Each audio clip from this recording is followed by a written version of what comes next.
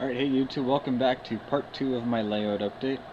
Me and Awesome Railfan have basically just returned from the train show, so I'm going to go ahead and show you guys what I got, and later on you'll be able to see what he got when he posts his own video of his new engine.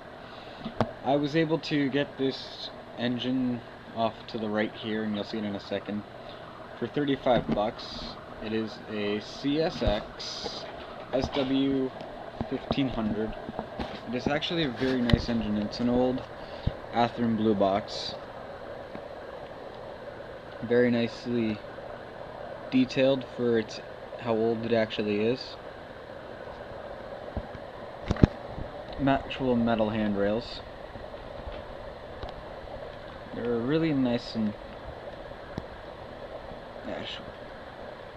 they're not easily bent out of the shape. It's the same deal all around the whole engine. Yeah, I had to install these separately, but it's no biggie. I enjoyed doing it. Instead of putting in the bell, I put on the horn, and it worked out pretty nicely. I've also gone ahead and put on KD number 5s without the coupler trip pin, for the exact reason that it won't clear the grade crossings once I install them. And on a side note, as some of you may have noticed in recent videos, my CP rail hasn't had any front or rear handrails.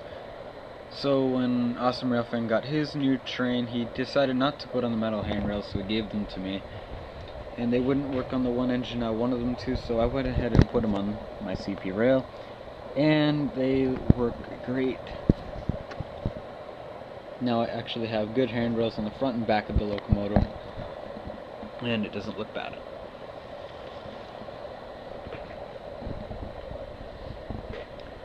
Now, on a slight going back to the CSX, it's not DCC because it's an old Athearn Blue Box, but I'm hopefully going to be able to get a chip for it as soon as I can and install it and get this running back onto DCC.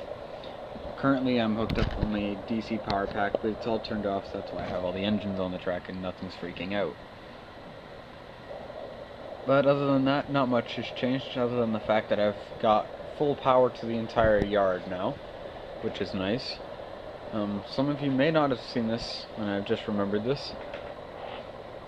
I've done a fair amount of work on my signal here. Got some good wires in there. Getting four of them in there was a bit of a pain. But on the next one I'm going to have to do 6. But this is going to go right there and govern the track to say whether you're going to go forward or you're going to go right. And I'll just have the light switch out when this switch is flipped. And I'll have another one that's going to go about right here to say whether you're going to go forward or to the right, or to proceed with caution. And hopefully I can somehow tie it in with this, so if it's like this, it'll be yellow over green, or sorry, green over yellow, and then it'll just be green, and that will just also show a red. Sorry, I don't know if I'll have the red light on at all. We'll have to see. But other than that, I'll hopefully have more to show you guys in the future. Still haven't heard back on my job, but then again, I talked to them the other day and they haven't sent out emails to anyone, so I'm not too worried, but hopefully I can get that soon. And as some of you may know, the Ottawa train show is coming up really soon in May, and I'll be going to that hopefully. But between now and then, there's actually the Newcastle Train Show Flea Market, and that's where I got the DD40 for $3, so I'm gonna go there and see what I can snag, and hopefully something good. Alright guys, thanks for watching, and enjoy.